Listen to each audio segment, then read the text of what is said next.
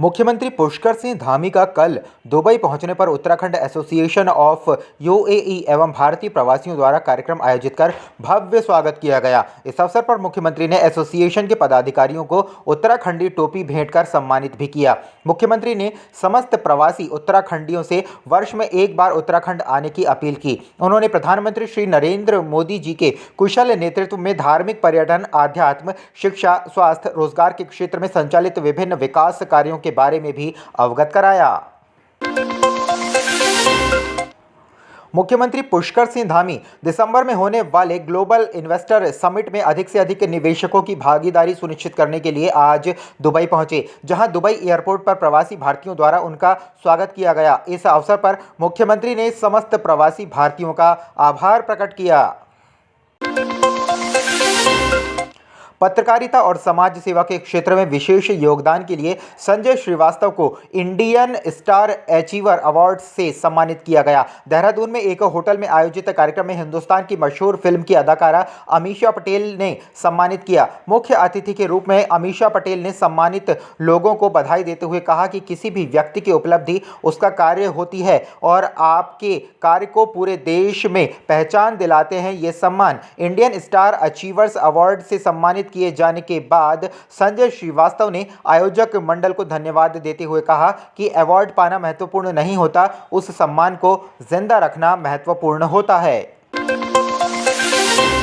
सूबे के पूर्व मुख्यमंत्री व कांग्रेस के वरिष्ठ नेता हरीश रावत आज डोईवाला पहुंचे, जहां उन्होंने प्रेस वार्ता कर राज्य सरकार व केंद्र सरकार पर जन विरोधी गंभीर आरोप लगाए। पूर्व सीएम हरीश रावत ने कहा कि अभी तक केंद्र सरकार द्वारा आर्थिक व सामाजिक जनगणना नहीं की गई है, जिसका मुद्दा कांग्रेस जमकर उठाएगी। इसके अलावा उत्तराखंड के विभागों में पड़े खाली पदों को लेकर भी उन्होंने सरकार पर सवाल खड़े किए और कहा कि सरकार सरकारी संस्थानों का निजीकरण करने जा रही है, जो कि जनहित में नहीं है और कांग्रेस इसका पुरजोर विरोध करती है। साथ ही कहा कि आगामी 2024 के लोकसभा चुनाव में इंडिया सत्ता में आएगा।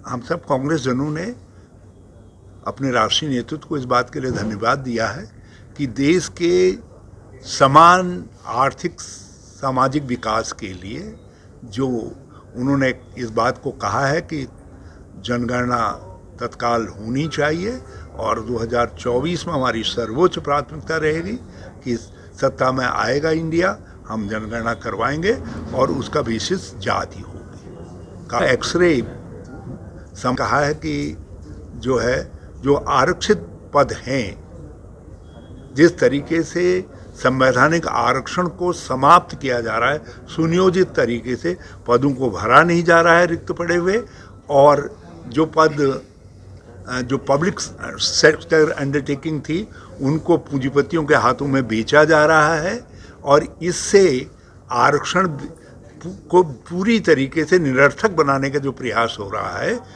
वो संवैधानिक न्याय के लिए उस पर प्रहार है, चोट है। हम सत्ता में आएंगे तो हम 2014 को मापदंड मान करके जो पद खाली पड़े हुए हैं उन सारे पदों को भरेंगे। रुड़की पहुंचे उत्तराखंड आम आदमी पार्टी के प्रदेश उपाध्यक्ष आजाद अली ने भाजपा सरकार पर किसानों को उचित मुआवजा न देने का आरोप लगाते हुए कहा कि भाजपा सरकार इस वक्त बौखलाई हुई है और हमारी ईमानदार पार्टी के नेताओं को झूठे आरोप में फंसाने के काम में लगी हुई है। पार्टी की प्रवक्ता हेमा भंडारी ने भी प्रदेश और केंद्र सरकार को नाकाम सरकार बताते हुए किसानों का अहित करने वाली पार्टी बताते हुए गंभीर आरोप लगाते हुए कहा कि अब सभी के सामने दोहरी नीति वाली सरकार का चेहरा सामने आ चुका है। जो बाढ़ प्रभावित क्षेत्र हैं, जो बाढ़ से किसान प्रभावित हुए हैं, जो उनका नुकसान हुआ है, उसको लेकर सरकार बिल्कुल भी गंभीर नहीं है। लगातार विपक्षी दल, कई सारे संगठन, किसान संगठन आवाज़ उठा रहे हैं, लेकिन सरकार की कान पे जूं नहीं रेंग रही है।